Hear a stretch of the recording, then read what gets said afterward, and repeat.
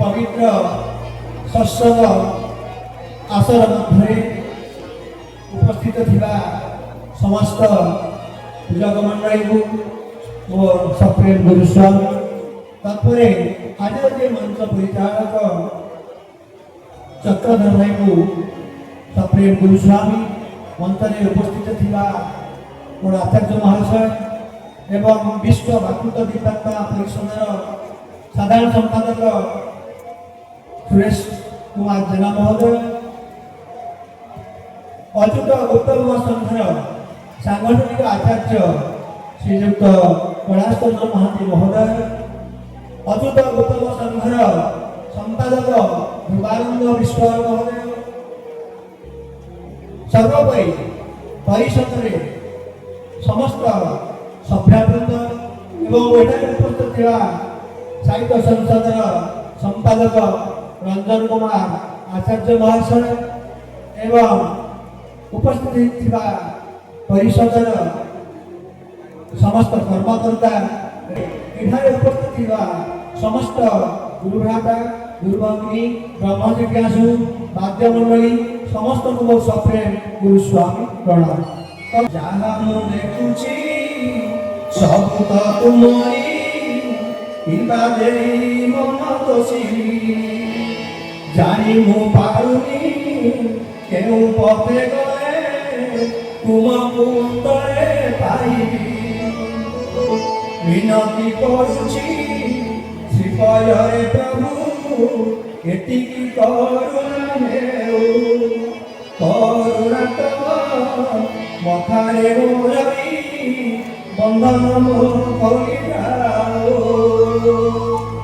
दुष्कर भव कारागारु उद्धार करने भव नाविकों व्यतीत आउ किए समर्थ केतबेले श्री गुरुस्वामी महाभारत केतबेले भाव विरोधी श्रीकृष्ण रूप पुनश्च केवे सूक्ष्म केवे स्थूल आविर्भाव हो महानाविक जीवर हाथ धरी भवसागर पार कर घोर कलिर यही अंतिम चरण में श्री पद्मपाद स्वयं श्री गुरुस्वामी रूप स्थूल आविर्भाव हो नाना कौशल जगतवासी को अजस्र करुणार धारा बिछाड़ी चली परमात्मा जीवन उत्कर्षता प्राप्ति पाई सहज सरल सुगम पथमान आविष्कार कर श्रीमुख और श्री परमात्म बांटी तन्मध्यु आशीर्वाद रेणु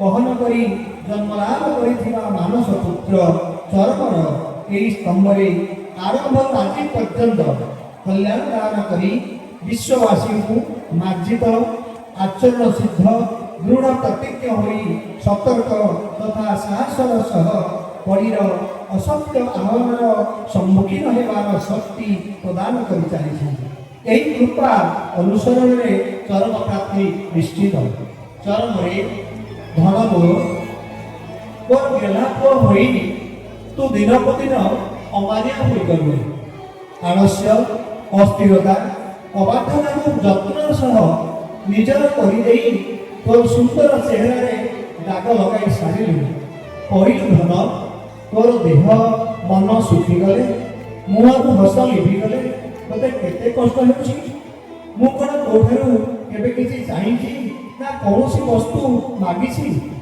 सब बेले चाही बसी तोर मन में आनंद मुहरे टिके हस देखा बास से संतुष्ट मु जानी कली जुगर जुग प्रभाव और सृष्टि चक्र निष्ठुरता तो अनेक समस्या उत्पन्न कराई से समस्या मध्य गति करी आनंद अनुभव करने तो पक्षे संभव होना से मुझे धारा धराई समस्त असंगति मध्य संगति रक्षा कर चला पथरे कंटा गुड़ी को अपसारित कर कौशल बताई तथापि कहीं भांगी पड़ुए चरम अविश्वास को मन में स्थान देउछु अरे पागला मु पूरा तो पाके पाके छाई परी अछि भय कौन भय कहीं करूछु मो ऊपर कौन विश्वास फुटाई देलुनी मु बताई देइथिबा पथ को यदि प्रथम निष्ठार सह अनुसरण करि थांतु तेबे आज कहीं तोर मन में द्वंद्व अविश्वास क्रोध अनास्था भाव इत्यादि प्रवेश करी तोते अस्त्र कराउथांदा प्रथम कहि आसुछि कलियुगर पथ अनेक घोषणा प्रति पदक्षेप सतर्क होई गति परिवार करे सचेत तोरी भीतर थिबा शत्रु माने तोते भावकला तत्व को ढेली देली मोह को दूरेई देली बारंबार मिथ्या वस्तुर आवश्यकता को तोर मन में भक्ति करी तोते विव्रत कराई देली कामना वासना अपूर्णांग हेले मो प्रति तोठारे विश्व प्रयोग करिदेबे शेष में भाव प्रभाव प्राप्ति हुई मोठारू पृथक हो किंतु मो कोन ताहा कराई देबी तू मते भूली जाऊ हेले मु तोते कदापि भूली पारिबि नाही कारण तू ही मोर काया आ मु तोर छाया काया बिना छाया केउटी रहिछि ना रहिबो मु लक्ष्य करूछि केतोटी निश्चय विशेष कारण तोर मन में विषाद सृष्टि करी अनास्था भाव तोड़ी देउछि से गुड़ी कहला आर्थिक दुरावस्था रोगमाला एवं समाज में एक सम्मानजनक स्थिति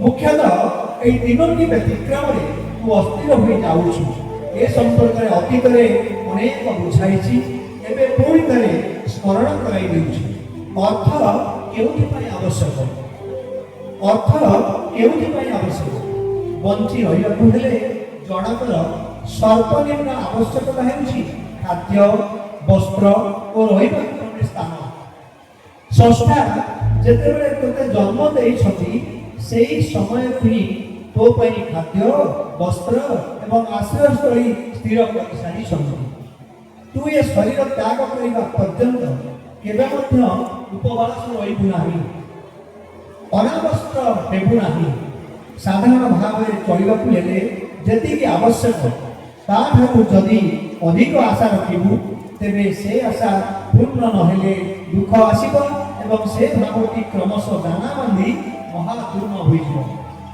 आशा पूर्ण करबा पई फसल पथरे पाद देबाकु बाध्य हेतु सत को परिहार करी असत को आश्रय करिबु निजर सामर्थ्य बाहर को जाई धाराग्राम होइजिबु तोर शरीर मध्यरे थिबा तथा कथित बंधु माने सेतेबेले आगमन होई तोते व्यापक भाव में अनीति करबाकु उत्साहित करिबु पड़ोसी प्रतिवेशी बंधु परिजन मानकर ऐश्वर्य सह पूर्णात्मक भाव सृष्टि कराई तोते विवेश को विवश कराई देबे तोर आत्मस्वजन मानक मध्यरे मध्य सेही भाव उद्रेक कराई तोते चतुर्पार्श्वरु आक्रमण करिबे सेमानक आक्रमण रे क्षत विक्षत होई तू तोर कर्मधारा धर्म पथरु विच्युत होबाक बाध्य हेतु तेणु भल करी विचार करी देख अर्थ ही सकल अनर्थ कारण अर्थ प्रति थरे आसक्ति आसिले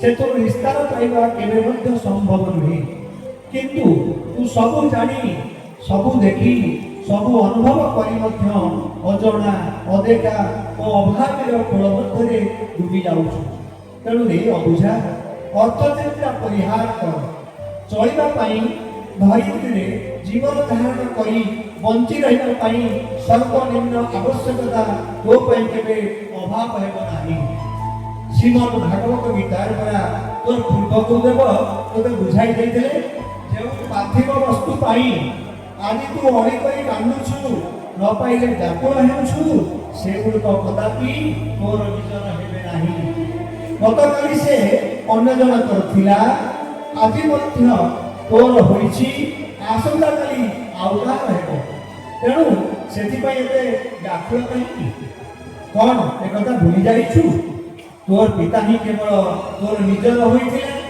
आज असंती आसंता काली मध्य रहिबे एक अमहान पड़ोसी भितर बुड़ी रही तू सीना तो पिता को देखी पार ना से किंतु तोते सर्वदा देखुछुंदी पड़ोसी बाहर को आसिले सीना तांको देखिबू परवर्ती समस्या हेउची तोर तथा परिवार रोग व्याधि आदि जंत्रणा प्राप्त परिवेश जेतेबेले तोर किंबा तो संसार रे काहारी कौन से रोग हो गला तेबे तो मन व्यस्त विभ्रत हो जाउछि एवं आशु कामना रे व्यतिग्रस्त होई मुहूर्त मध्यरे भाव डोरी छिलाई दूरे जाउछि बाबुरे से विषय तोते मु किपरि बुझाइबी जीवन कर्म फल भोग करबा एकांत जरूरी समस्त रोग व्याधि सही कारण आसी थाए प्रत्येक व्यक्ति रोग भोग करबा को बाध्य प्रति जुगरे थिला एबे अछि आसंता जुगरे मध्य रहिबो मु तोते वचन देउछि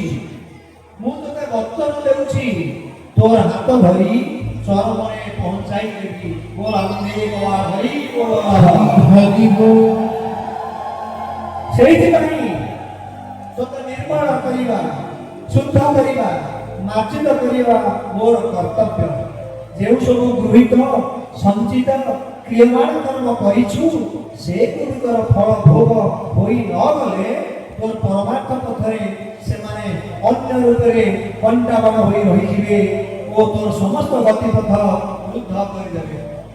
ତେଣୁ ମୋର ସ୍ଥୂଳ ଉପସ୍ଥିତିରେ ସେ ସମସ୍ତ ଫଳ ଭୋଗ ଶେଷ ହୋଇଗଲେ ତୁ ମନ୍ଦାକିନୀ ଧାରା ପରି ସ୍ୱଚ୍ଛ ନିର୍ମଳ ହୋଇଯିବୁ। ଏ ସୃଷ୍ଟିରେ କୌଣସି ବିଷୟ ପଦାର୍ଥ ଭାବନା ଅଦରକାରୀ ହୁଏ ନାହିଁ। ସମୟର ତାଳେ ତାଳେ ଜୀବ ତାର ସମସ୍ତ କ୍ରିୟାକର୍ମ ଆଚରଣ ଓ ବ୍ୟବହାରର ଫଳ ସଞ୍ଚୟ କରି ଚାଲିଥାଏ। ତେଣୁ ଯେଉଁ ରୋଗ ବ୍ୟାଧି ପାଇଁ କଷ୍ଟ ଯନ୍ତ୍ରଣା ସହ୍ୟ କରି ଅଥୟ ହେଉଛୁ ତାର ମଧ୍ୟ ନିଜସ୍ୱ ଗୁଣ ରହିଛି। ସେହି କଷ୍ଟ ଯନ୍ତ୍ରଣା ଭୋଗ ମାଧ୍ୟମରେ ଓ ଅଜାଣତରେ ତୋର ପ୍ରବଣତି ହୋଇ ଚାଲିଛି, ସଂସାର ମଧ୍ୟ ହୋଇ ଯାଉଛି। ଧୈର୍ଯ୍ୟ ଧରି ଅପେକ୍ଷା କର, ଶେଷରେ ଦେଖିବୁ ତୋର ଶରୀର ମନ କିପରି ଶୁଦ୍ଧପୂତ ହୋଇଯାଇଛି। ମନେ ରଖ, ରୋଗ ଯନ୍ତ୍ରଣାର ପ୍ରତ୍ୟେକ ଭୋଗ ହିଁ ପରବର୍ତ୍ତୀ ଜୀବନର ଐଶ୍ୱର୍ଯ୍ୟ। ସେହି କଷ୍ଟକୁ ଅନାୟାସରେ ସହ୍ୟ କରି ନେବା ପାଇଁ ଶକ୍ତି ଆହରଣ କରିବାକୁ ମୁଁ ପରା ତୋତେ ଅର୍ଘ୍ୟ ଫଳଦୋକ ଦେଇଛି। ଦୃଢ଼ମନା ନିର୍ଭୀକ ହୋଇ କର୍ମଧାରା ପାଳନ କରୁଥିଲେ ସମସ୍ତ ଯନ୍ତ୍ରଣାକୁ ଅକ୍ଲେଶରେ ଅତିକ୍ରମ କରି ଅନ୍ତିମ ଚରଣରେ ସୂର୍ଯ୍ୟାଲୋକ ନିଶ୍ଚୟ ଲାଭ କରିବେ। ତୋର ଅନ୍ୟ ଏକ ସମସ୍ୟା ହେଉଛି ସମାଜରେ ସମ୍ମାନଜନକ ସ୍ଥିତି। ଅନ୍ୟମାନଙ୍କ ପରି ତୁ ସମ୍ମାନିତ ହେବୁ, ଅନ୍ୟ ଉପରେ ପ୍ରଭାବ ବିସ୍ତାର କରି ନିଜର ଶ୍ରେଷ୍ଠତ୍ୱ ପ୍ରତିପାଦନ କରିବୁ। ପଞ୍ଚଭୂତ ଶରୀର ଧାରଣ କରିବା ପରେ ମନରେ ଏ ଭାବ ଆସିବା ସ୍ୱାଭାବିକ ଏବଂ ନିଶ୍ଚୟ ଆସିବ, କିନ୍ତୁ ତାକୁ ନିଜର ବିବେକ ବୋଧ ଦ୍ୱାରା ପ୍ରତିହିତ କରି ଭାବନାର ଗତିପଥ ପରିବର୍ତ୍ତନ କରିବାର ନାମ ହିଁ ସାଧନ। ନିଜର ଅନ୍ତର୍ଦୃଷ୍ଟିରେ ଦେଖିଲୁ ଯେଉଁ ସମ୍ମାନ ତୁ ଚାହିଁଛୁ ତାର ସ୍ଥାୟିତ୍ୱ କେତେ? ତୋ ପୂର୍ବରୁ ଓ ତୋର ଉପସ୍ଥିତିରେ ଏ ଧରାପୃଷ୍ଠରେ ଯେଉଁମାନେ ସମ୍ମାନର ଉତ୍ତମ ଶିଖରରେ ଥରେ ପହଞ୍ଚିଥିଲେ ପରବର୍ତ୍ତୀ ପର୍ଯ୍ୟାୟରେ ସେମାନଙ୍କର ପରିସ୍ଥିତି କ'ଣ ହୋଇଛି? ସେମାନେ ମର୍ତ୍ତଭୂମିର ଏ ଘଟ ତ୍ୟାଗ କରିବା ସମୟରେ ସଙ୍ଗରେ କ'ଣ ନେଇଯାଇଛନ୍ତି? ସେମାନଙ୍କର ମୃତ୍ୟୁ ପରେ ଏ ବିଶ୍ୱବାସୀ ସେମାନଙ୍କୁ କେତେ ଦିନ ମନେ ରଖିଛନ୍ତି? ଯେତେ ଦିନ ପର୍ଯ୍ୟନ୍ତ କ୍ଷମତାର କେନ୍ଦ୍ରବିନ୍ଦୁ ହୋଇଥିବେ ସେତେ ଦିନ ପର୍ଯ୍ୟନ୍ତ ସେମାନେ ନିଜ ସ୍ୱାର୍ଥ ହାସଲ ପାଇଁ ସମ୍ମାନ ଦେବେ, ପୂଜା କରିବେ, ପ୍ରଶଂସା ଓ ପ୍ରଶସ୍ତି ଗାନରେ ସତକୁ କହିବେ। କ୍ଷମତାରୁ ଯିବା ପରଦିନ ଘୃଣା କରିବେ, ସମାଲୋଚନା କରିବେ ଏବଂ ନିନ୍ଦା ଅପବାଦର ବୋଝ ଲଗିଦେବେ। ତୁ କ'ଣ ସେହି କ୍ଷଣିକ ସୁଖ ସମୃଦ୍ଧି ଚାହୁଁ? ମୁଁ ପରା ତୋ ପାଇଁ ଏପରି ଏକ ସ୍ଥାନ ରଖିଛି ଯେଉଁଠାରେ ତୁ ଥରେ ପହଞ୍ଚିଗଲେ ଯୁଗ ଯୁଗ ପାଇଁ ଅବିସ୍ମରଣୀୟ ହୋଇ ରହିଯିବୁ। ସେ ପର୍ଯ୍ୟନ୍ତ ଅପେକ୍ଷା ନ କରି ଏ ମିଥ୍ୟା ଅଳିକ ସୁଖ ପାଇଁ ଏତେ ବ୍ୟାକୁଳ କାହିଁକି ହେଉଛୁ? ସମ୍ମାନ କ'ଣ ଖୋଜିଲେ ମିଳିବେ? ତୁ ଯଦି ସେହି ଶୀର୍ଷ ସ୍ଥାନରେ ଥରେ ପହଞ୍ଚିଯିବୁ ତେବେ ତୁ ସମ୍ମାନ ଖୋଜିବୁ ନାହିଁ, ସେ ଆପେ ଆପେ ତୋର ଅନୁଧାବନ କରିବ। ଆଉ ଥରେ ଚିନ୍ତା କରି ଦେଖିଲୁ ଏପରି ଭାବ ତୋ ମନରେ ଆସିବା କାରଣ କେଉଁଠି? ଗଭୀର ଭାବରେ ଆତ୍ମ ଅନୁଶୀଳନ କଲେ ଉପଲବ୍ଧି କରିପାରିବୁ ଯେ ଏ ସମସ୍ତ କୁଭାବନାର ମୂଳ କାରଣ ହେଉଛି ତୋ ମନର ସଂକୀର୍ଣ୍ଣତା ଓ ଶରୀରର ମୋହ। ତୁ ସର୍ବଦା ନିଜକୁ ଏକାକୀ ଭାବୁଛୁ, ତୋ ଶରୀରର ସୁଖରେ ସମସ୍ତ ସୁଖ ବୋଲି ଚିନ୍ତା କରୁଛୁ, ତୋ ଚତୁଃପାର୍ଶ୍ୱରେ ଥିବା ଅନ୍ୟମାନଙ୍କୁ ତୁ ପର ବୋଲି ଗଣ୍ୟ କରୁଛୁ। ସେଇଥିପାଇଁ ତୁଳନାତ୍ମକ ଭଙ୍ଗୀରେ ସେମାନଙ୍କ ଠାରୁ ଶ୍ରେଷ୍ଠ ହୋଇ ଅଗ୍ରଣୀ ପଦବୀ ପ୍ରାପ୍ତି ପାଇଁ ମନରେ ସଂକଳ୍ପ ନେଇଛୁ। ସେତେବେଳେ ସମୀକ୍ଷା କରି ଦେଖ ତୋ ମନରେ ଯେଉଁ କଳ୍ପନା ସୃଷ୍ଟି ହେଉଛି ସେହି କଳ୍ପନା ଆଶା ଆକାଂକ୍ଷା ଅନ୍ୟମାନଙ୍କ ମନରେ ଠିକ୍ ସେହିପରି ସୃଷ୍ଟି ହେଉଛି। ସେମାନେ ମଧ୍ୟ ତୋରି ପରି ଉଚ୍ଚାଭିଳାଷ କରି ତୋଠାରୁ ଉଚ୍ଚ ସ୍ଥାନରେ ରହି ତୋତେ ତାଙ୍କର ଅଧୀନସ୍ଥ କରିବାକୁ କାମନା କରୁଛନ୍ତି। ଫଳରେ ପରସ୍ପର ପ୍ରତି କେବଳ ମିଥ୍ୟା ଅନିତ୍ୟ ଅଳିକ ବିଷୟ ପାଇଁ ପ୍ରତିଯୋଗିତା ହୋଇ ମୂଳ ଲକ୍ଷ୍ୟରୁ ବିସ୍ମୃତ ହେଉଛନ୍ତି। ତେଣୁ ଏ ମୋର ଧନ, ଏ ସଂକୀର୍ଣ୍ଣତା ପରିହାର କର। ତୁ କେବେ ଏକାକୀ ନଥିଲୁ, କେବେ ନାହୁଁ, ଭବିଷ୍ୟତରେ ମଧ୍ୟ ରହିବୁ ନାହିଁ। ତୋ ଚତୁଃପାର୍ଶ୍ୱରେ ଅନନ୍ତ ସାଗର, ସେହି ସାଗର ମଧ୍ୟରେ ତୁ ଏକ ଶକ୍ତ ଆବରଣ ଭିତରେ ବନ୍ଦୀ ହୋଇ ରହିଛୁ। ତୋ ବାହାରେ କ'ଣ ଅଛି ଦେଖିପାରୁନା ଅନୁଭବ କରିପାରୁନା। ତେଣୁ ମନରେ ଏ ସଂକୀର୍ଣ୍ଣ ସୀମିତ ଭାବ ବସା ବାନ୍ଧି ଯାଉଛି। ତୁ କାହାରି ପରି ପର ନହୁ, ତୋର ମଧ୍ୟ କେହି ପର ନୁହନ୍ତି। ତୁ ସମସ୍ତଙ୍କର ନିଜର, ତୋର ମଧ୍ୟ ସମସ୍ତେ ନିଜର। ଏହି ମହାଭାବ ଗ୍ରହଣ କରି ବ୍ୟାପକ ହୋଇଯା। ଦେଖିବୁ କେଉଁ ସ୍ଥାନରେ ପହଞ୍ଚିବୁ। କ'ଣ ବୁଝିପାରିଲୁ ନାହିଁ? ଆହୁରି ସରଳ ଭାବରେ ଉଦାହରଣ ଦେଇ ତୋର ସ୍ଥିତି ସମ୍ପର୍କରେ ତୋତେ ବୁଝାଇ ଦେଉଛି। ସମୁଦ୍ରର ଜଳ ଆଣି ଗୋଟେ କଳସର କଳସୀର ମୁହଁ ଭଲ ଭାବରେ ବନ୍ଦ କରି ତାକୁ ନେଇ ସମୁଦ୍ରରେ ରଖିବି।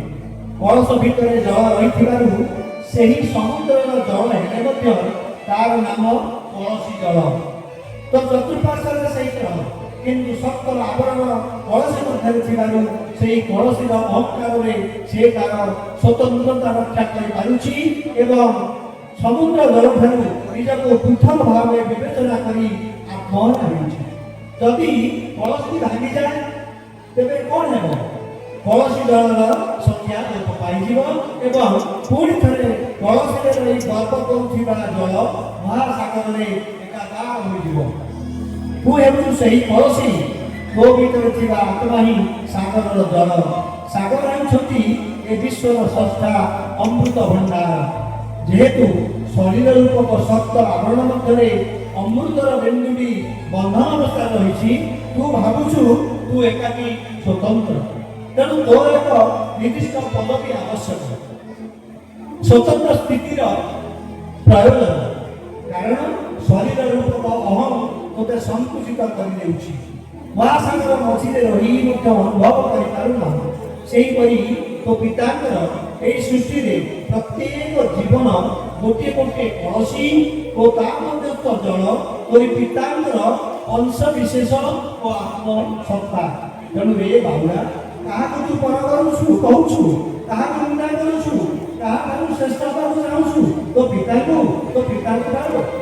ମନରେ ଥରେ ବ୍ୟାପକ ଭାବରେ ନିଜକୁ ଚେଷ୍ଟା କର, ଥରେ ବ୍ୟାପକ ଭାବରେ ନିଜକୁ ପ୍ରତିଷ୍ଠା କର। ଶରୀର ରୂପକ ଅହଙ୍କାରକୁ ଦୂରକୁ ଫେରି ଦେଇ ମହାସାଗରର ଆଂଶିକ ସ୍ଥିତିକୁ ଅନ୍ୟ କଳସୀ ମଧ୍ୟରେ ଚିହ୍ନିତ କରି ସେମାନଙ୍କ ସହ ସୁସମ୍ପର୍କ ସ୍ଥାପନ କର। ଦେଖିବୁ ତୁ କେଉଁଠି କିପରି ଅବସ୍ଥାପିତ ହେଉଛୁ। ସେତେବେଳେ ଯାଇ ତୁ ମହାସାଗରର ପରିଚୟ ବହନ କରି ଅସୀମ ଅମାପ ହୋଇଯିବୁ। ତାଠାରୁ କ'ଣ ସମାଜରେ ବର୍ତ୍ତମାନର ପ୍ରଚଳିତ କ୍ଷଣିକ ସୁଖ, ମିଥ୍ୟା ପ୍ରଭାବ ଓ ଅନେକ ସମାନ ଏତେ ବେଶୀ? ବିଚାର କରି ଦେଖିବୁ।